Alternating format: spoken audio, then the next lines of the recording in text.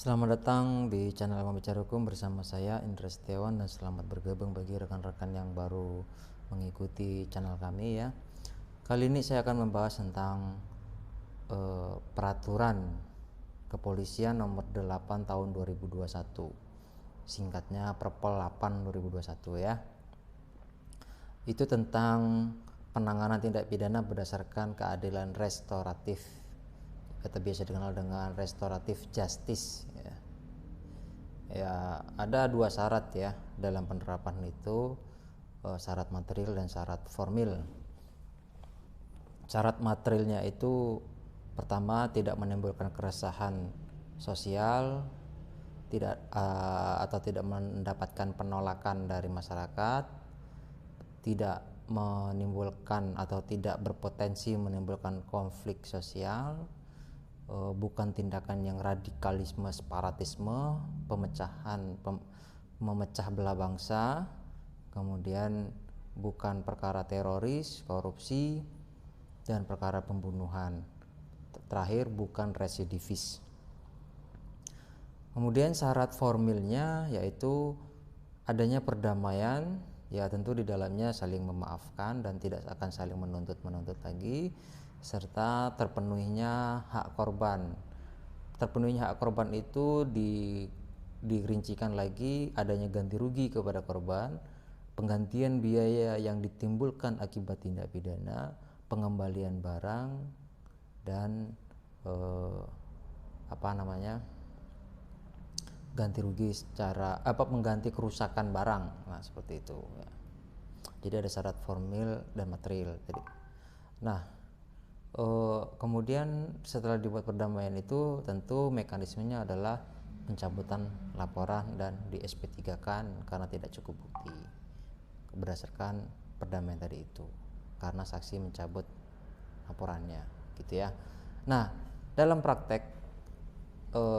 praktek saya berpengalaman baru menyelesaikan sebulan yang lalu ya terhadap Perpol 8 2021 ini. Jadi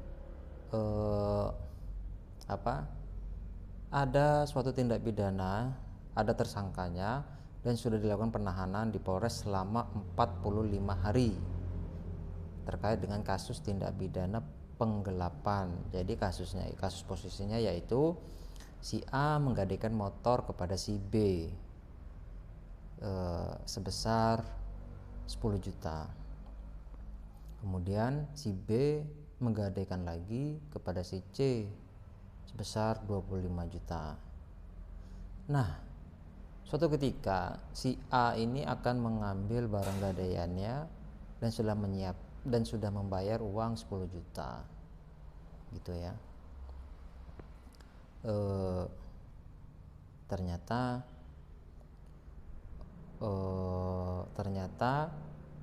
barang gadaiannya itu tidak berada dalam kekuasaan si B karena tadi sudah dialihkan kepada si C. Singkat cerita, si A karena tidak bisa mengambil haknya laporlah polisi dan dilakukan proses penyelidikan, ditemukan tindak pidana dan ada tersangkanya, dinaikkan ke level penyidikan, dan si B ditetapkan sebagai tersangka dan sudah dilakukan penahanan selama 45 hari. Kemudian saya datang ke Polres berkoordinasi dengan Kasat, pada intinya meminta restoratif justice itu tadi akan digelar RJ-nya gitu kan, agar terjadi sinkronisasi kepada pihak kejaksaan. Maka saya juga perlu koordinasi dengan pihak kejaksaan. Tujuannya yaitu agar pihak kejaksaan itu menyetujui atau bahasanya bersependapat dengan pendapat dari pihak penyidik, ya istilahnya mengaminilah kan begitu. Nah, tentu syarat, karena ini tindak pidana penggelapan, maka terpenuhilah syarat materialnya itu.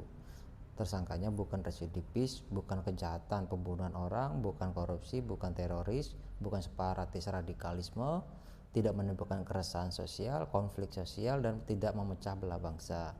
Hanya penggelapan, kerugiannya hanya individu. Nah, syarat formilnya Nah, tentu ketika saya sudah membuat konsep dengan jalur koordinasi dengan pihak kepolisian dan kejaksaan, match gitu ya, terjadi harmonisasi, sinkronisasi, oke. Tinggal pelaksanaan teknisnya, yaitu adanya perdamaian di kedua belah pihak antara pelapor dan terlapor. Maka saya berangkatlah menemui pelapor dengan segala argumentasi hukum saya. Ya, kita tahulah posisi terlapor sekarang posisi di bawah. Ya, cara saya lah untuk bisa meyakinkan pelapor itu. Tapi intinya pelapor meminta ganti rugi 10 juta. Oke. Dan disanggupi oleh terlapor gitu kan. Dan terlapor ya bersedia menanggung biaya kerusakan dari barang berupa motor tadi itu dan mengganti kerugian-kerugian lainnya. Singkat cerita, saya konseplah surat perdamaiannya. Saya datangkanlah pelapor, saya bond lah terlapor di ruang penyidik, kemudian dibaca surat perdamaiannya, disetujui, ditandatangani, ya, dan setelah terima ganti rugi tersebut kita foto-foto dan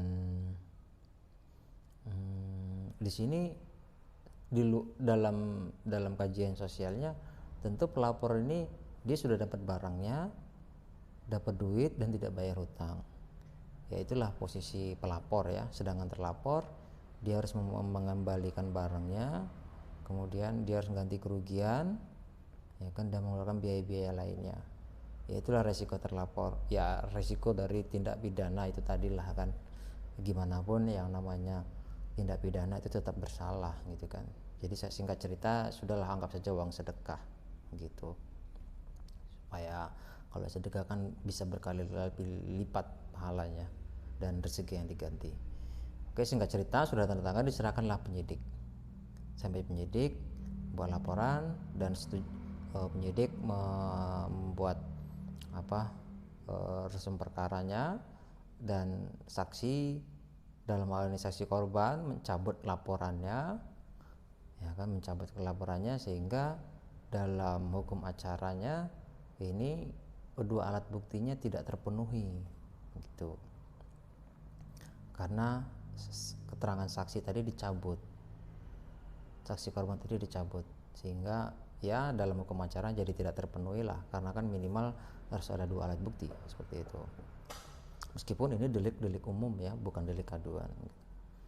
Nah, kemudian karena tidak cukup bukti, di SP3-kan lah itu, dan disetujui oleh Pak Kapolres.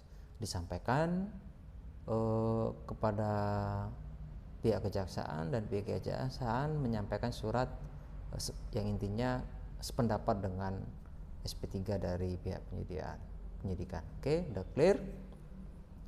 Secara yuridis formilnya tidak ada masalah, tidak ada tuntut penuntut lagi, dan